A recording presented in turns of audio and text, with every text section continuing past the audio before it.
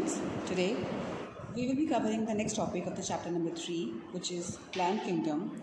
And today we will be studying about rhodophyceae and about the bryophytes. So as the rhodophyceae, this name came from a term called as red. So the rhodo is the term which means red. So these are the red algae, and so they are commonly called as red algae. Talking about their habitat, they always live in the marine habitat. They are also found in fresh water and salty water. So the cell wall in these is made up of cellulose. So in the rhodophyceae, the cell wall is made up of the cellulose. Okay, now these algae contain chlorophyll A, chlorophyll B and phycoerythrin. So as we have learned about the chlorophyll, xanthophyll, so in these the color pigment is due to the different kind of chlorophylls. So chloro A, B and phycoerythrin are present. So in all the three types of algae, the pigment is totally different. In chlorophyceae, it's chlorophyll A and B. In phaeophyceae, it's chlorophyll. And other than chlorophyll, it has xanthophyll, which gives it brown color. And here it's phycoerythrin. So the food is stored in the form of Floridian starch. Okay, so in the phaeophyceae, the food is stored in the form of complex carbohydrates, but in these, the food is stored in the form of Floridian starch. Okay, or Floridian starch.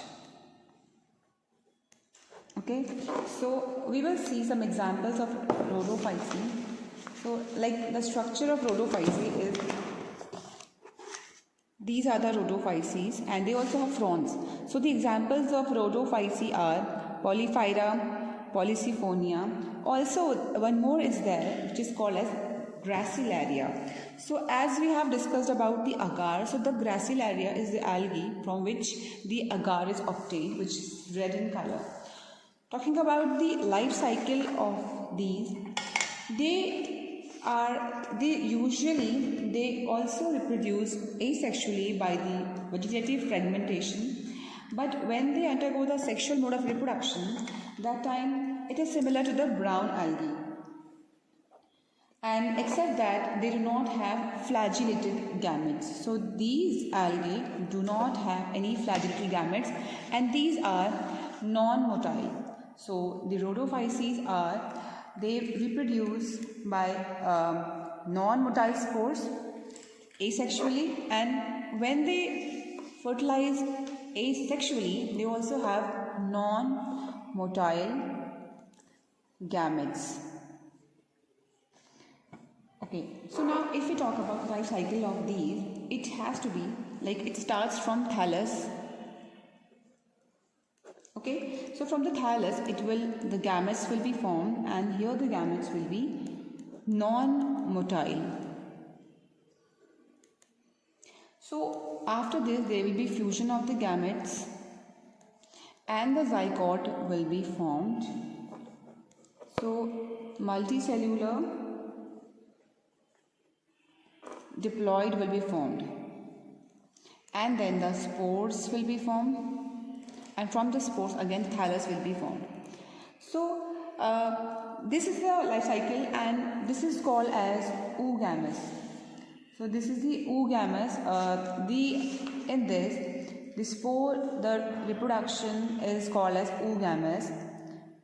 After the fertilization, the zygote will produce again the multicellular diploid gametes, and spores will be formed. Okay, so now as we have learned about different algae, we in all these chapters, like from the starting, we have read about different types of algae because we were studying about the algae. So if we discuss, because it creates a little confusion in the mind of the students, that there are some algae which are considered as kingdom plant, okay, and some of the algae comes under kingdom Monera, and we have also studied about the algae in kingdom Protista. Okay, so Monera is the first kingdom of classification, then it's Protista, and then algae.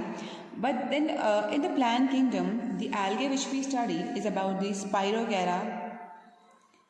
Okay, then we have Eulothrix and a lot more. So these algae falls under kingdom Plantae. There were some algae such as cyanobacteria, or we call them as blue-green algae. So these blue-green algae, they are in kingdom Monera because they show the characteristics of the Monera. Okay, so again then there were diatoms and dinoflagellates. So these dinoflagellates and diatoms were in the kingdom Protista. So although we have algae, but you have to understand that the algae which have more characteristics of Monera, they will fall under kingdom Monera, which will have more characteristics of Protist. So they will fall under Protist kingdom. And when we talk about Spirogyra, Eulothrix, Chlamydomonas, so they fall under kingdom Plantae.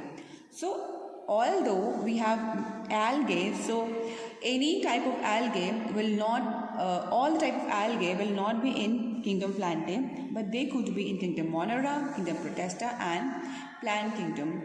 They all are in different kingdoms because they have different characteristics, but altogether they are called as algae. Then we move to the next topic, bryophytes. So now the next topic is bryophyta. As the name suggests, the bryophytes are also called as the amphibians of the plant kingdom. Okay, so in the bryophyta, the body differentiation exists. So the first feature of this bryophyta is that they have body differentiation. But when we were studying about thallophytes, there were no body differentiation. Okay, so as the body differentiation was not there, they didn't have any proper stem, any leaves. So everything was similar, everything was same. But in these bryophytes, the body differentiation exists even though they do not have any true stem, no true leaf, no true roots. But still, they have some stem-like structure, stem and leaf-like structure. So they have some structures which we can say that it looks like that, but they don't have any distinct stem or leaf. Okay, so they are also called as amphibians of plant kingdom. So the main kingdom, plant amphibians. Why they are called as amphibians of plant kingdom? Because they need water to grow. So water is an essential part for them to grow, to reproduce, and they need both they need both water and land to grow. That's why they live in both the cases, in land also and in water also. That's why they are called as the amphibians of plant. And they are found in the moist hilly areas. They are found in usually they are found in damp, humid, shaded localities. Also, they are found in the bare rocks or soil. Now, they have a specialized vascular tissue. So they do not have any specialized vascular tissues. Okay, so the vascular tissues are absent in them. So, no specialized vascular tissues. So since they lack the vascular tissues, that is why they cannot transport water to the longer distance. That's why they are short in height. So because they don't have any vascular tissues, they cannot grow very tall and they are very short. Now the significance of bryophyta, they protect in soil erosion. That is the significance of this.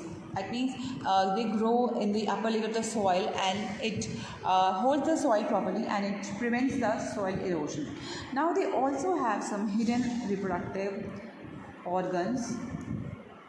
So these hidden reproductive organs, because they have this system in which the reproductive organs are not visible, so they are also called as cryptogams. Cryptogams are the organisms who have the hidden reproductive system.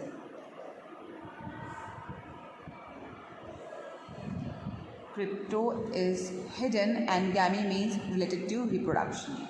Okay, so example of these are mosses, okay, then hornworts, liverwort, etc. So I will show the picture of the bryophytes. This. So these are the examples of some bryophytes. Okay, so this is a liverwort. Okay, it's also called as Mercantia, and in this we have female thallus, and for this one we have the male thallus. Oh, and these are the mosses. Okay, Funaria, and this is Sphagnum. Okay, so in this picture we see that they are not very tall plants, they are very short plants because they don't grow much to the height as they don't have any vascular system. So these are the examples of bryophytes. So as this picture is of liverwort, here the body differentiation exists.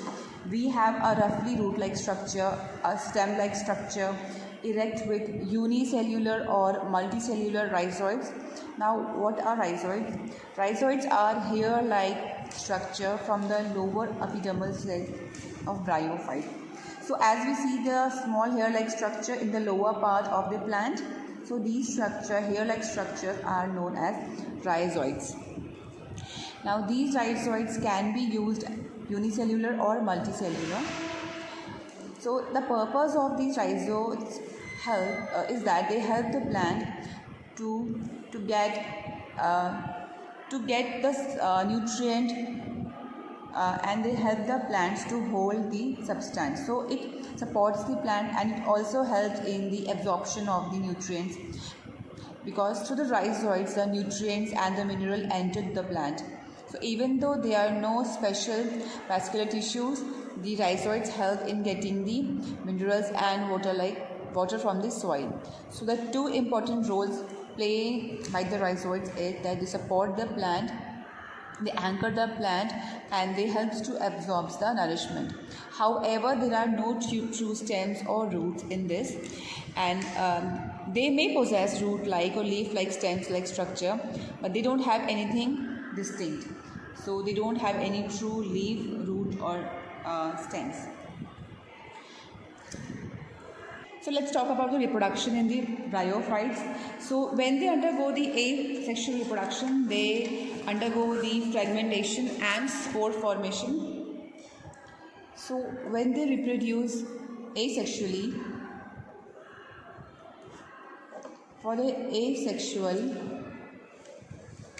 so they reproduce by fragmentation. They fragmentize themselves, and each fragment will reproduce into a new organism, and also they reproduce by the spore formation. Okay, so now this is the type in which it undergoes the asexual reproduction. So now when they undergo the sexual reproduction,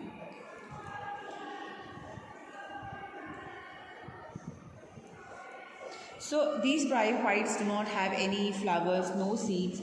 So for the sexual reproduction, gametes is needed. So there is a structure which produces gametes, and that is known as gametophyte.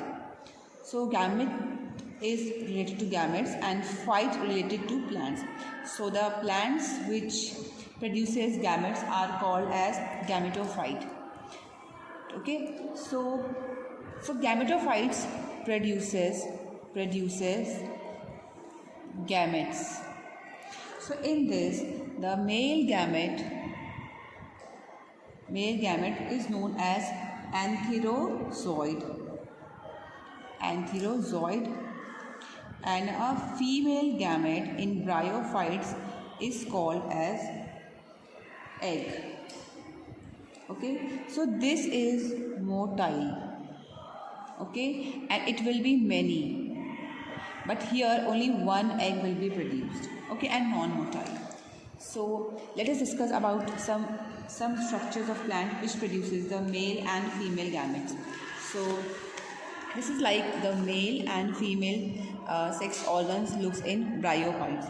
So that part of the plant which produces the male gamete is called as antherozoid. It is called as the male gametophyte, and in the plant which the part produces the female gamete, that is egg, is called as the female gametophytes. Okay, so now this is the antherodiophore. Okay, so this is the male, and this is archaeogoniophore is female. So the male sex organ is antheridium, and the male sex organ, and the female sex organ is called as archegonium. Okay, so you have to remember all these terms because these are important. So here you can see that this is the archegoniophore looks like, and this is the antheridophore looks like. So both have a different appearance, right? You can see here in the looks also. So this is the sexual reproduction structure of bryophytes. These are the place from where the male and female gametes are produced. Now it is not necessary that the male and female gametes have to reproduce from same plants or from different plants. So this depends. So now let us discuss about the sexual process actually. So like they always need water for the survival of the bryophytes. So water is an important thing. So the water perform a very important role, that it carries the male gametes to the female gametes. As I've already said that the male gametes are motile and female gametes are non-motile. So the water helps to carry male gametes to female gametes. Okay, so like this is water and male gamete. So now this is female gamete. After that there will be fusion, and then the zygote will be formed, and this zygote will produce sporophyte. Phyte is plant and spore explores. The plant which have spores. So this sporophyte will produce the spores, and these spores will grow to form a new plant. New plant or a mature plant is the gametophyte, and these gametophyte will give rise to the gametes and the gametes and female gametes. Again, the water will carry the male gametes to female gamete, and this is the life cycle or the sexual reproduction of the bryophytes. So this is how they grow, and the cycle will keep on continue. So the male and female structure of the bryophytes, we can see that this is the female part and this is the male part. Discuss about the significance of the bryophytes. They are used as a source of food for the other animals. So since these bryophytes are they have chlorophyll and they make their own food, so that's why they help and they provide as source of food for the other animals, because they grow in the large vast area of land, so the animals consume them. Okay, so these are the small plants, so the other animals like birds or any other mammals eat these plants and they serve as food. Then they prevent soil erosion, as we know that these plants are capable of holding these soils by they form as an extensive carpet, so they holds the soil properly, and then They just stretch over the land, so they actually hold the soil tight together and they prevent the soil erosion.